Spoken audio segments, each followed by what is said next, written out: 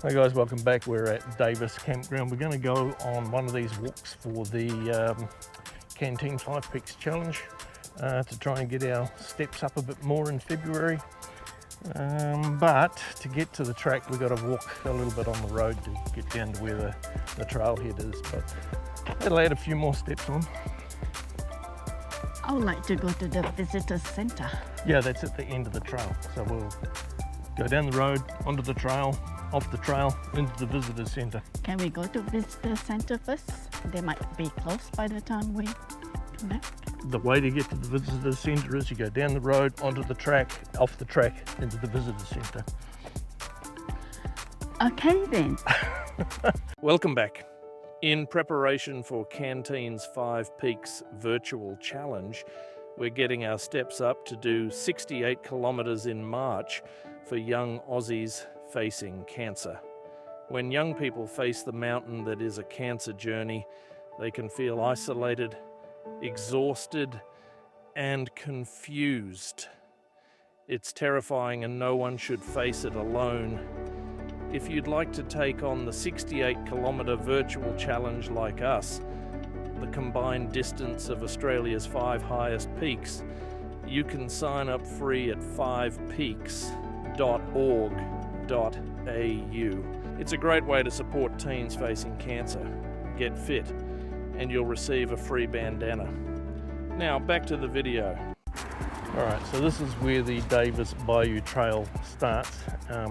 It runs along the side of the road, and there's some construction work a bit further down, so let's go.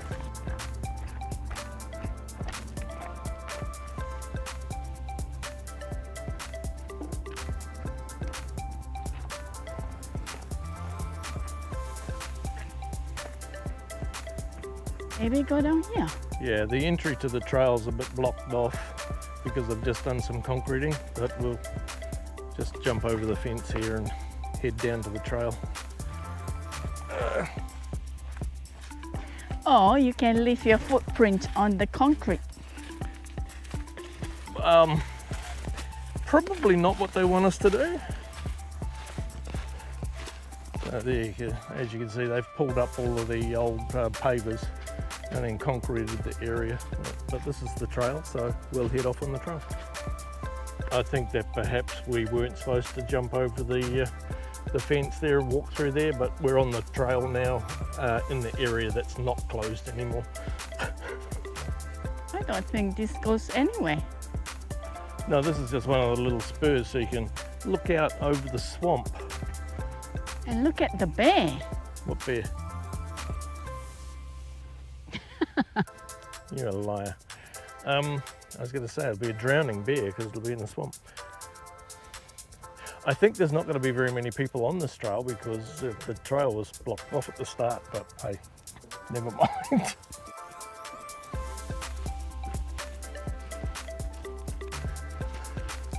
So there's quite a few little branches that come off the trail. And they lead down to the edge of the swamp. So because we don't have a trail map, so we're just sort of wandering aimlessly. And we go down all of these little avenues and end up at the swamp and have to turn around and come back up. It's okay because we're just trying to get our steps, and the more steps the better. Very rustic.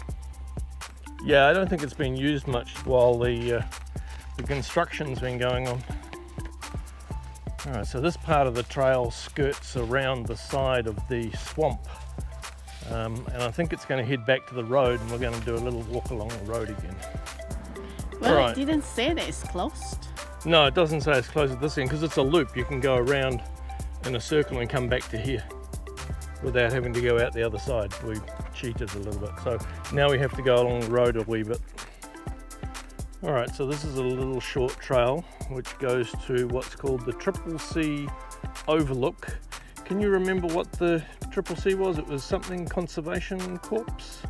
Yes. Civilian Conservation Corps? No, I can't remember. Alright, so we're going to head in there and have a look. Alright, we've got to the end of the Triple C trail. A lot of little concrete buttresses and things around. There's a little sign here which looks like it's going to tell us what it's all about. So what's it all about, Jaynee? I don't know, I have not read it.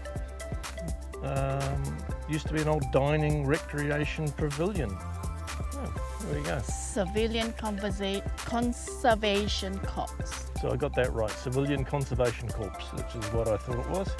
Now that was established during the Great Depression by Roosevelt. Not Teddy. Franklin, Delaware, FDR. So he did that so that all these young people around the country would have the ability to find work and during the Great Depression, so that, you know, at least they could feed themselves.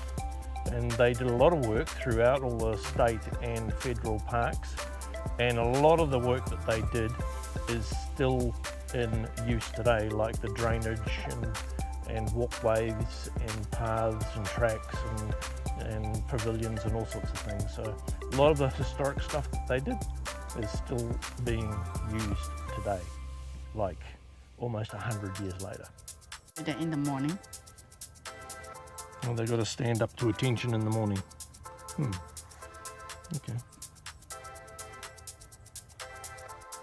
So as you can see, there's just the concrete buttress left of the pavilion that was here. It's been destroyed. Yeah. So it used to be a big area.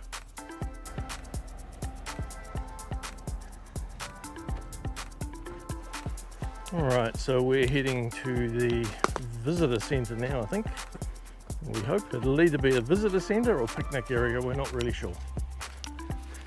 Here we are at the visitor centre car park. And down by the visitor centre there's like a little jetty that you can walk out, National Park Service boats and everything.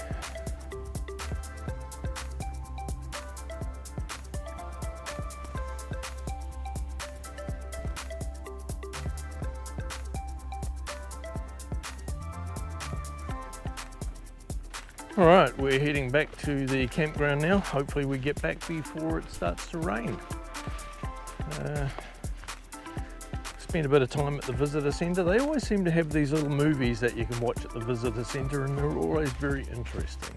So if you do go into any of the visitor centres, make sure you stop and watch any movie that they might have there. It usually tells you about the area that you're in and some interesting little tidbits that you might want to know.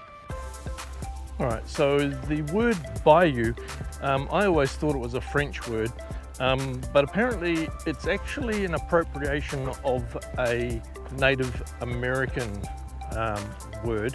I can't remember what that Native American word was. Can you remember what it was called? Something to do with water. I know it's something to do with water, slow-moving water.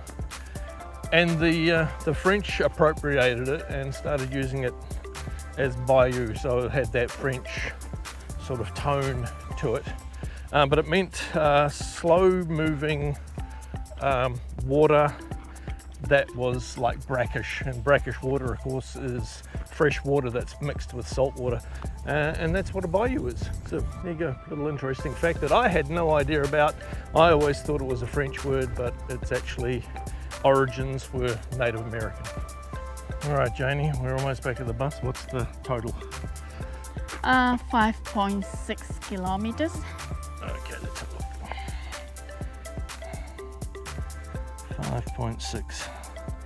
All right, very good. And there's our bus over there. That's what we've done today.